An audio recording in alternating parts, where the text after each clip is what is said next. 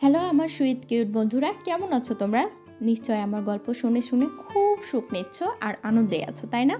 তোমাদের আনন্দ দিতেই তো আমি নিয়মিত তোমাদের জন্য নতুন নতুন গল্প নিয়ে হাজির হয়ে যাই। তো চলো, তোমরা যারা এখনো আমার চ্যানেলটি সাবস্ক্রাইব করোনি তারা প্লিজ প্লিজ প্লিজ আমার চ্যানেলটি সাবস্ক্রাইব করে দাও। চলো তাহলে দেরি না করে ভিডিওটি জলদি জলদি করে লাইক করো আর চ্যানেলটি সাবস্ক্রাইব করে দাও। ধন্যবাদ। দিশা তার শ্বশুরবাড়ি যাওয়ার জন্য রেডি হচ্ছে। আজ তার মুখে কি সুন্দর হাসি। ঈশান তার দিকে তাকিয়ে আছে আর ভাবছে, সব সময় যদি এরকম হাসি খুশি থাকতো তাহলে কতই ভালো হতো। কিন্তু উনি তো তা করবেন না। সামান্য কিছু নিয়েই ঝগড়া শুরু করে দিবেন আর একটুতেই কেঁদে ফেলবেন আর আমাকে শুধু শুধু টেনশনে ফেলে দেবেন। দিশা, ওভাবে কি দেখছো? ঈশান, কিছু না। দিশা, তাহলে এভাবে তাকিয়ে আছো কেন? ঈশান, নিজের বউয়ের দিকে তাকাবো না তো কার দিকে তাকাবো? দিশা ঈশানের কাছে এসে এগিয়ে গেল।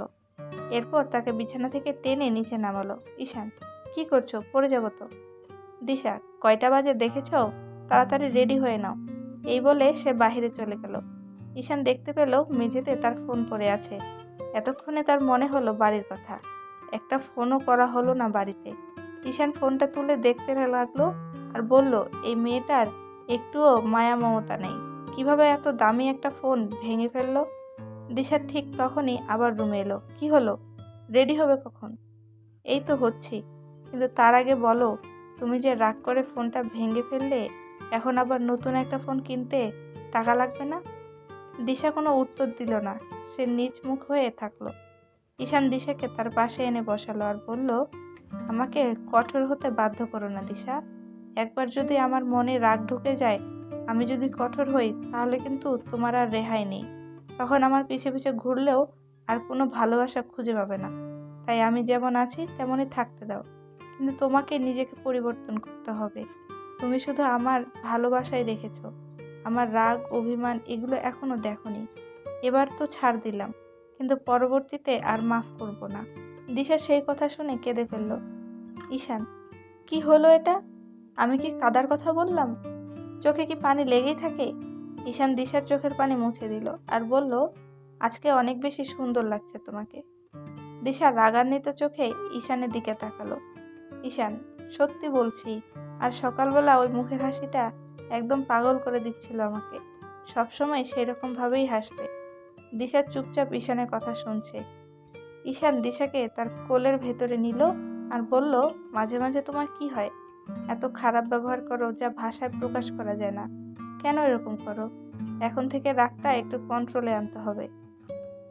দিশা, আমি সত্যি বুঝতে পারি না কিছু, কেন যে এরকম করি।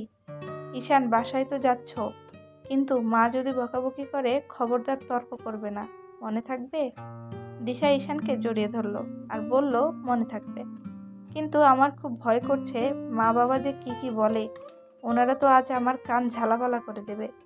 ঈশান, বেয়াদবি যখন করেছো তখন তো শাস্তি পেতেই হবে। দিশা, এখন একটা উচিত কথা বলি। ঈশান, কি? দিশা, আমি কি মাকে বলেছিলাম তানিয়ার পিছনে দৌড়াদৌড়ি করতে? আর উনি কি কানা নাকি?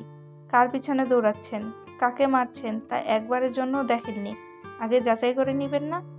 ঈশান, এই কথা আমাকে বলেছ ঠিক আছে, মাকে যেন আবার বলো না। দয়া করে নতুন কোনো অশান্তি শুরু করবে না। দিশা কোনো উত্তর না দিয়ে উঠে গেল। ঈশান রেডি হয়ে নিল। দিশা তার মাকে বলল, যাচ্ছি আমি। তার মা সেই কথা শুনে কেঁদে ফেলল আর বলল, কালকে চড় মেরেছিলাম দেখে নিশ্চয়ই আমার উপর এখনো রেগে আছিস।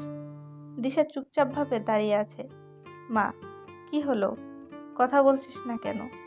দিশা, রাগ করে আছি কিনা জানি না, তবে আর আমি এ বাড়িতে আসবো না। মা, ও, তাহলে রেগে আছিস এখনো? রাগ করে থাক আর অভিমান করেই থাক, একটা কথা মনোযোগ দিয়ে শোন। ঈশানের সাথে কোনো খারাপ ব্যবহার করবি না আর। ওরকম ছেলে জীবনেও আমি দেখিনি। তোর এত অত্যাচার সহ্য করেও কিভাবে হাসি খুশি থাকে বুঝি না। আর তোর শ্বশুর শাশুড়ির সাথে কোনো বেয়াদবি করবি না, মনে থাকবে? দিশা কোনো উত্তর না দিয়ে রাগ করে গাড়িতে গিয়ে বসলো। তার আজ খুব খারাপ লাগছে। তাকে কেন এত বোঝাতে হবে? একদিকে ঈশান বোঝাচ্ছে, আবার অন্যদিকে তার মা। সে কি এতই খারাপ? তাকে কেউ ভালো বলছে না। সে মনে মনে প্রতিজ্ঞা করলো যে নিজেকে এবার পাল্টে ফেলবে। ঈশানের মুখের উপর আর কোনো কথা বলবে না, তার অনেক সেবা করবে, ঈশানকে অনেক বেশি ভালোবাসবে, যেমন করে ঈশান তাকে ভালোবাসে। দিশা আর ঈশান বাড়ি চলে গেল। দিশার মা অপলক দৃষ্টিতে তাকিয়ে রইল যতদূর দেখা যায়। দিশা আর ঈশান বাড়ি পৌঁছে দেখে তার বাবা সোফায়, তার মা চেয়ারে আর তার বোন দাঁড়িয়ে আছে। তাদেরকে দেখে কেউ কোনো কথা বলল না, তারা সবাই রুমে চলে গেল। ঈশান হাঁ করে তাকিয়ে রইল, কিছুই বুঝতে পারল না। ঈশান তার মাকে বলল, মা যাচ্ছ কেন? তার মা কোনো উত্তর দিল না। ঈশান তানিয়ার মাথায় একটা টোকা দিল, কি হয়েছে রে, সবাই চলে গেল কেন? সবাই রাগ হয়ে আছে, তুই যে ভাবিকে আনতে যাবি তা সবাইকে বলে যাবি না? এদিকে আবার ফোনটাও বন্ধ করে রেখেছিস। খালা আর খালু সারা রাত ঘুমায়নি কাল, পুলিশের রিপোর্ট পর্যন্ত করেছে। আমার ফোনটা নষ্ট হয়ে গিয়েছিল, তাই যোগাযোগ করতে পারিনি। হঠাৎ তানিয়ার চোখ দিশার দিকে গেল। সেই প্রথমবার দিশাকে সরাসরি দেখছে, কিন্তু তানিয়ার মনে হলো দিশাকে সে আগে কোথাও দেখেছে। সে ঈশানকে বলল, তোর বউকে চেনা চেনা লাগছে কেন? কই যেন দেখেছি। ঈশান বলল, মাথা মোটা কোথাকার, সেদিন যে ভিডিও কলে কথা বললি তাই হয়তো চেনা চেনা লাগছে। না না, ভাবিকে আমি কোথায় যেন দেখেছি। মানে কি? দেখতেই পারিস, হয়তো কোনো মার্কেটে বা রাস্তাঘাটে দেখেছিস, কি জানি মনে করতে পারছি না। আচ্ছা, তোর এক্স গার্লফ্রেন্ডটা কি বিয়ে করেছে? ঈশান, তা আমি কি করে জানবো? আমি কি ওর খোঁজ খবর রাখি নাকি? দিশা বলল, গার্লফ্রেন্ড? তোমার গার্লফ্রেন্ড ছিল? কে সে? আমি তো জানি না। ঈশানের খুব রাগ হলো, সামান্য ব্যাপারটা দিশা বুঝতে পারছে না। দিশাই তো তার গার্লফ্রেন্ড, সে তো তার কথাই বলছে। তানিয়ার সামনে তাকে বুঝাতেও পারছে না। ঈশান দিশাকে বলল, তুমি ঘরে গিয়ে ফ্রেশ হয়ে নাও, আগে বলো তোমার গার্লফ্রেন্ড ছিল? তানিয়া বলল, ভাবি তুমি জানো না ঈশান ভাইয়ের গার্লফ্রেন্ডের কথা? দিশা, না তো। তানিয়া বলল, টানা 5 বছর ধরে রিলেশন করেছে, 1 নম্বরের চিটার তোমার স্বামী, তাকে বাদ দিয়ে তোমাকে বিয়ে করেছে। ঈশান তানিয়াকে বলল, এখন মার দিব না তোকে? আমাকে চিটার বললি কেন? চিটারকে চিটার বলবো না? তুই তো জানিস আমি আমার মায়ের কথা সবার আগে শুনি, মা যেটা সিদ্ধান্ত নিয়েছে সেটাই আমি মেনে নিয়েছি। তোর মা তো প্রেম করতেও বারণ করেছিল, তবুও করেছিলি কেন? তখন মনে ছিল না মায়ের কথা? বেচারি মেয়েটা যে এখন কি করছে কে জানে, আর তুই দিব্যি বউ নিয়ে আনন্দে আছিস। তুই কি চাস আমি দিশার সাথে সারাক্ষণ ঝগড়া করি? না না, সেটা বলিনি। 5 বছরের সম্পর্ককে তুই কি করে ভুলে গেলি সেটাই ভাবছি। দিশা এতক্ষণে বুঝতে পারল, তাই সে বলল, অতীত তো অতীতই, তা নিয়ে আমার কোনো মাথা ব্যথা নেই। এখন সে আমাকে বিয়ে করেছে, তাই আমি ওর গার্লফ্রেন্ড, আমি ওর বউ, বুঝেছ? আর কখনো এই ব্যাপার নিয়ে কথা বলবে না। ঈশান দিশার দিকে তাকিয়ে রুমে চলে গেল। দিশা তানিয়াকে বলল, আমিও যাই, পরে কথা হবে। দিশার রুমে গেল। তানিয়া মনে মনে বলতে লাগলো, ভাবলাম 5 বছরের রিলেশনের কথা শুনে রেগে যাবে, কিন্তু কিছুই তো হলো না। এত স্বাভাবিকভাবে ব্যাপারটা মেনে নিল কিভাবে? আচ্ছা, ওসব না হয় বাদই দিলাম, কিন্তু দিশাকে আমি এর আগে কোথাও দেখেছি, এটা সত্যি, কিন্তু কোথায় দেখেছি? ধুর শালা ব্রেন, এত ধীরে ধীরে যে কোনো কাজ করে। তাড়াতাড়ি কাজ কর আমার প্রিয় ব্রেন, আমার ভালোবাসার ব্রেন। এই বলে সে চোখ বন্ধ করে মাথায় টোকা দিচ্ছে আর ভাবছে ইরা এসে দেখছে তানিয়া কেমন জানি করছে। সে জিজ্ঞেস করলো, কি করছিস তুই? তানিয়া ওই অবস্থায় বলল, আমার ব্রেন ওয়াশ করছি। মানে কি, পাগল টাগল হয়ে গেলি নাকি? হতেই পারি, যেদিন যে হারে তোমার মা আমাকে পিটিয়েছে, দৌড়ে আছে, এখন মনে হয় ভয় করে আমার পাগল হওয়াই উচিত। রাতে এখন প্রতিদিন স্বপ্নে দেখি খালাকে। কি দেখি স্বপ্নে? খালা একটা লাঠি নিয়ে আসে, আমার পিছু পিছু দৌড়াচ্ছে, আর আমি তার হাত থেকে নিজেকে বাঁচানোর জন্য নদীতে ঝাঁপ দিচ্ছি, কখনো আবার আকাশে উড়ে যাচ্ছি। কাল তো কুয়ার মধ্যে ঝাঁপ দিয়েছিলাম। ইরা হাসতে লাগলো। আপা হেসো না, সত্যি বলছি, মনে হয় বুদ্ধিটা আগের চেয়ে অনেক কমে গেছে। খালা যে এত বড় কেন একটা ভুল করলো। ইরা তানিয়ার মাথায় জোরে একটা টোকা দিল আর বলল, এসব পাগলামির কথা বাদ দিয়ে খাবার দে, ক্ষুধা লাগছে। আর এসব কেন দেখছিস জানিস? কেন? সারাক্ষণ মোবাইলে গেম খেলিস আর ভূতের মুভি দেখিস, সেই জন্য। হঠাৎ তানিয়া চিৎকার দিয়ে উঠল আর ইরার গালে চুমু খেতে লাগলো। আপা, তুমি একটা জিনিয়াস। মানে? তুমি টোকা দেওয়ার সাথে সাথেই আমার বুদ্ধি কেমন জানি বেড়ে গেল। আরেকবার টোকা দাও দেখি। মানে কি, তুই কি বলছিস? আসলেই তুই একটা পাগলি। ভাগ্যিস ঈশানের সাথে তোর বিয়েটা হয়। তানিয়া আবার চিৎকার দিয়ে উঠল। বুদ্ধি আমার আরও বেড়ে গেল। এই বলে সে ইরাকে আবার একটা চুমু দিল। কি করছিস তুই? তুমি আমাকে পাগল ভেবো না পা। আমি আসলে অনেক বুদ্ধিমান, তবে ব্রেনটা আমার খুব দুষ্টু, সহজে কাজ করে না। বলবি তো কি হয়েছে? তুই কেন এমন করছিস? তাহলে শোনো, আমি অনেকক্ষণ ধরে আমার ব্রেনের সাথে পরামর্শ করছিলাম যে দিশাকে আমি এর আগে কই দেখেছি, কিন্তু আমার ব্রেন আর আমি খুঁজেই পাচ্ছিলাম না। তুমি যেই একটা টোকা দিলে আর মোবাইলের কথা বললে, তখনই মনে হলো যে আমি ফোনে দেখেছি দিশার ছবি। তারপর আবার ভুলে গেলাম যে কার ফোনে দেখেছি। যেই তুমি ঈশানের কথা বললে, তখনই মনে হলো আমি দিশাকে এর আগে ঈশানের ফোনে দেখেছি। তো কি হয়েছে? ওর বউয়ের ছবি ফোনে থাকতেই পারে। হ্যাঁ পারে, কিন্তু ছবিটা আমি অনেক আগে দেখেছি। কিন্তু এখন আমি এটা মিলাতে পারছি না যে তখন তো ঈশানের সাথে দিশার বিয়েই হয়নি। তাছাড়া দিশা আমাদের ফ্যামিলির চেনা পরিচিত কেউ না, আর ঈশানও বিয়ের আগে ওকে দেখেনি। তাহলে দিশার ছবি বিয়ের আগেই ঈশানের ফোনে কিভাবে এলো? ইরা বুঝতে পারলো ব্যাপারটা, যে দিশার ছবি তানিয়া ঈশার ফোনে দেখেছে। সে তানিয়াকে বলল, এসব নিয়ে তুই এত মাথা ঘামাচ্ছিস কেন? আজাইরা বুদ্ধিগুলো শুনে এমনি এমনি কমে ফেলছিস? এসব নিয়ে আর না ভেবে নিজের কাজে মন দে। আচ্ছা ইরা আপা, দিশা আবার ঈশানের গার্লফ্রেন্ড না তো? তুই কি বলছিস এসব? এসব আবোল তাবোল কথাবার্তা বলে সংসারে অশান্তি সৃষ্টি করতে চাস? রাগ করছো কেন? আমার মনে হলো তাই বললাম। আর বলবি না এসব কথা। মা শুনলে তো ভাববে সত্যি দিশা ঈশানের গার্লফ্রেন্ড। ইরা আর এ ব্যাপারে কথা না বলে অন্য বিষয় নিয়ে কথা বলা শুরু করলো।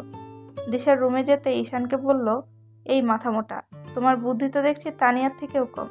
আমার গার্লফ্রেন্ড কে ছিল তুমি জানো না? কি করে এটা তুমি বিশ্বাস করলে যে তুমি ছাড়া অন্য কেউ ছিল? তানিয়া এমনভাবে বলছিল যে আমি ঘাবড়ে গিয়েছিলাম। আচ্ছা ধরো, তুমি আর আমি দুইজনই অজানা। আমি আমার গার্লফ্রেন্ডকে বিয়ে না করে তোমাকেই করলাম, আর তুমি বিয়ের পর জানতে পারলে তোমার স্বামীর রিলেশনের কথা। তখন কি করতে? দিশা ঈশানের গলা টিপে ধরল আর বলল, খুন করতাম। আমার জিনিস অন্য কারো কেন হবে? সত্যি সত্যি দেখে খুন করছো। আচ্ছা ছাড়ো এখন। আর একটা গুরুত্বপূর্ণ কথা হলো, তানিয়া কিন্তু তোমাকে চিনতে পেরেছে, যদিও শিওর হতে পারছে না। তবুও বলছি, ওর সামনে একটু কম যাবে। ঈশান, তাড়াতাড়ি ফ্রেশ হয়ে নাও, মা বাবার রুমে যেতে হবে। আল্লাহ জানে কি আছে কপালে। আমি কি করে যে এই ভুলটা করলাম। দিশা, সরি, আমার জন্য এসব হচ্ছে। ঈশান দিশার কপালে একটা চুমু দিল আর বলল, ঠিক আছে, এবার ভুল হয়েছে, পরবর্তীতে আর না হলেই হলো। যা বলতে হবে মনে আছে তো? হ্যাঁ আছে। মা যতই বকুক কোনো উত্তর দিব না, চুপ করে শুনবো আর ক্ষমা চাইবো মার কাছে। গুড, লক্ষ্মী বউ আমার। ঈশান দিশাকে নিয়ে তার মায়ের রুমে গেল। ঈশান, মা, আসলে এত তাড়াহুড়ো করে বের হয়েছি যে কাউকে বলার সময় পাইনি। ভুল হয়ে গেছে। আমি জানি তোমরা অনেক টেনশন করেছো, দয়া করে রাগ করে থেকো না। তার মা চুপ করে আছে। ঈশান তার বাবার কাছে গেল। বাবা, তুমি অন্তত বোঝার চেষ্টা করো। ঈশানের বাবা বলল, কি এমন দরকার যে তাড়াহুড়ো করে বের হতে হলো? ঈশান, দিশা হঠাৎ করে অসুস্থ হয়ে গিয়েছিল, তাই আমি কাউকে না বলে তাড়াতাড়ি করে ওর বাসায় গিয়েছিলাম। ঈশানের মা এখনও চুপ করেই থাকলো। কথা বলছো না কেন মা? ঈশান দিশাকে চোখ দিয়ে ইশারা করলো, মায়ের কাছে ক্ষমা চাও। দিশা তাই তার শাশুড়িকে বলল, মা, আমাকে ক্ষমা করে দিন প্লিজ। আমি সত্যি সেদিন বুঝতে পারিনি। আর করব না মা এমন ফাজলামি। সরি মা, প্লিজ ফরগিভ মি। ঈশানের মা কোনো কথাই বলছে না। ঈশান কতবার মামা করে ডাকলো, কিন্তু কোনো উত্তর দিলেন না। ঈশানের বাবা বলল, তোর বিবেক আসলেই নষ্ট হয়ে গেছে। তোর বাবা মা যে বেঁচে আছে তুই মনে হয় এটা ভুলেই গিয়েছিস। আমরা যে তোকে নিয়ে টেনশন করব এটা ভেবেছিলে কখনো? যাওয়ার সময় বলে যাসনি, আবার ওখানে গিয়ে তো একটা ফোন করতে পারতি। ঈশান, আমার ফোন ভেঙে গিয়েছে তাই যোগাযোগ করতে পারিনি। সেই কথা শুনে ঈশানের বাবা বলল, তোর বউ ভেঙেছে নাকি? তোর বউয়ের তো আবার অনেক রাগ। দিশা সেই কথা শুনে ঈশানের দিকে তাকালো। ঈশান, না না, ও ভাঙবে কেন? আমার পকেট থেকে পড়ে গিয়েছিল। ঈশানের বাবা বলল, তোর শ্বশুর বাড়িতে কি আর ফোন ছিল না কারো? ঈশান আর কারো উত্তর দিতে পারল না। সে শুধু বারবার ভাবছে সে কি করে এই ভুলটা করলো। ঈশান তার মাকে জড়িয়ে ধরল। বললাম তো ভুল হয়েছে, দরকার হলে কয়েকটা চড় দাও, তা না হলে কানটা মলে দাও, যা মন চায় করো। আচ্ছা ঠিক আছে, আমাকে যে শাস্তি দিবে সেটাই মেনে নেব, সত্যি বলছি। তবুও কথা না বলে থেকো না। তুমি কথা না বললে আমি কার সাথে কথা বলবো? প্লিজ মা, রাগ করে থেকো না। ঈশানের মা কথা বলল এতক্ষণে। তোকে কি আমি বলেছিলাম দিশাকে আমি আর এ বাড়িতে দেখতে চাই না? ওর মুখ আমি আর দেখব না। আর তুই কি করলি? কাউকে না বলে ঠিক বউয়ের কাছে চলে গেলি, ওকে বাড়িতেও নিয়ে এলি, তোর বাবার থেকেও পারমিশন নিলি না, আর আমাকেও একবারের জন্যও বললি না। আমি সব বুঝি রে বাবা। বিয়ে করলে বউই সব হয়, সব থেকে আপন হয়, আর মা বাবা হয় বোঝা। তুই ভালো থাক, এটা আমি চাই। কিন্তু আমি দিশাকে আর এ বাড়িতে থাকতে দেব না। ওকে চলে যেতে বল। দরকার হলে তুইও চলে যা তোর বউয়ের সাথে, আমার কোনো আপত্তি নেই। ঈশান: মা কি বলছো এসব? কই যাব আমি? যেখানে মন চায় সেখানেই যা, শুধু যেখানে তুই আর তোর বউ থাকবে, আর কেউ থাকবে না। কেউ তোদেরকে কথা শোনাবে না। তোর বউ তার ইচ্ছা মতো বেয়াদবি করতে পারবে, কেউ বকবেও না। ঈশান: মা এইবারই লাস্ট, আর দিশা কোনো ভুল করবে না। যদি সে এরকম বেয়াদবি আবার করে, আমি নিজে ওকে ঘর থেকে বের করে দেব। এই তোমাকে ছুঁয়ে প্রমিস করলাম। সে সত্যিই অনেক অনুতপ্ত। ও আমার কাছে অনেক কেঁদেছে। তোমার সাথে ফাজলামি করে সে অনেক ভুল করেছে, সে বুঝতে পারেনি। এবারের মতো ওকে ক্ষমা করে দাও। ঈশান দিশাকে বলল, ওভাবে চুপচাপ দাঁড়িয়ে আছো কেন? ক্ষমা চাও মার কাছে। দিশার চোখ দিয়ে টপটপ করে পানি পড়ছে। তার খুব খারাপ লাগছে, কেন বারবার সে এমন করছে। দিশা তার শাশুড়ির পায়ে পড়ল, কিন্তু কোনো কথা বলতে পারল না। চোখের এক ফোঁটা পানি তার শাশুড়ির পায়ে পড়ল। তার শাশুড়ি দিশাকে উঠালো। এই দিশা, তুমি কাঁদছো কেন? চোখ মুছো। ঈশান: ওই এমনই, কিছু একটা বললেই কেঁদে দেয়, কোনো শাসনই করতে পারছি না আমি। দিশা ঈশানের দিকে তাকালো। ওভাবে তাকিয়ে আছো কেন? আমি কি ভুল কিছু বললাম? ঈশানের মা বলল, এবারের মতো ক্ষমা করে দিলাম, পরবর্তীতে যেন এরকম না হয়। দিশার শাশুড়ি দিশাকে বলল, আমি তোমার গুরুজন হই, তোমাদের সাথে আমাদের সাথে তোমার ঠাট্টা করার সম্পর্ক নয়। আমাদেরকে সবসময় সম্মান ও শ্রদ্ধা করবে, মনে থাকবে? দিশান মাথা নাড়ালো। ঈশানের মা ঈশানের কান ধরে এমন জোরে মলা দিল যে কানটা মনে হয় ছিঁড়েই গেল। কিভাবে তুই এটা করতে পারলি? আমার তুই ছাড়া আর কে আছে? তুই কোথায় যাবি, কেন যাবি আমাকে বলবি না? বউকে আনতে যাবি, সেটা আমাকে বললে কি হতো? মা লাগছে, ছেড়ে দাও। লাগার জন্যই তো ধরেছি, আর তুই না বললি যা শাস্তি দেবে দাও। ঠিক আছে, তাহলে কানটা ছিঁড়েই ফেলো। তখন সবাই বলবে অমুকের ছেলের কান নেই, তখন নিশ্চয়ই তোমার শুনতে ভালো লাগবে। ঈশানের মা ঈশানের কান ছেড়ে দিল, আর বলল, তুই দিশাকে আনতে যাবি সেটা আমাকে বললে কি ক্ষতি হতো? অন্তত তোর বাবাকে বলতে পারতি, বা ইরাকে বললেও হতো। তুমি যদি না যেতে দাও তাই বলিনি। আমি যদি এমনটাই চাইতাম তাহলে তো তোকে বিয়ে করাতাম না, আমার আঁচল ধরে বেঁধে রাখতাম। তোর বাবা কালকেই এ নিয়ে আমার সাথে কথা বলেছে যে দিশাকে তার বাড়ি থেকে আনতে হবে। আমি আরও বললাম সে চিন্তা তোমাকে করতে হবে না, ঈশা নিজে গিয়ে নিয়ে আসবে। তখন তোর বাবা বলল, তোমার থেকে পারমিশন না নিয়ে এসে জীবনেও দিশাকে আনতে যাবে না। কিন্তু কি হলো, তুই কাউকে না বলে একাই গিয়ে নিয়ে আসলি। ঈশান তার মায়ের কোলে মাথা দিয়ে শুইল আর বলল, সত্যি আমি অনেক ভুল করেছি মা, জীবনেও এই ভুল আর হবে না, দেখে নিও। আর যদি আবার এইরকম কোনো ভুল করি তাহলে আমাকে শাস্তি দিও, কিন্তু কথা বলা বন্ধ করবে না, তাহলে কিন্তু আমি দম ফেটে মরে যাব। কি বলছিস এসব কথা মুখে আনবি না, খবরদার। ঈশানের বাবা বলল, তোরা কি আজ ঘুমাবি না? দিশা মা রুমে যাও। ঈশান তুইও যা। ঈশান বলল, বাবা আজ আমি মায়ের কোলেই ঘুমাবো, তোমরা চলে যাও সবাই। ঈশানের মা বলল, তোর বউ আবার রাগ করবে, যা ঘরে যা। দিশা বলল, রাগ করবো কেন? সেই কথা বলে দিশার রুমে চলে গেল। ঈশানের মা বলল, তোর বউ কিন্তু রাগ করে চলে গেল, যা ঘরে যা। রাগ করে করুক, আজ আমি এখানেই থাকবো, তোমার কোলেই ঘুমাবো। আমার চুলগুলো একটু বুলিয়ে দাও। ঈশানের বাবা তাই রুমের ভিতর যে সোফা আছে সেখানে শুয়ে পড়ল, আর ঈশান তার মায়ের কোলে। তার মা আজ অনেক খুশি হলো তার ছেলেকে নিয়ে, সেই জন্যই তো গর্বের শেষ নেই। এরকম ছেলে পাওয়া আসলেই ভাগ্যের ব্যাপার।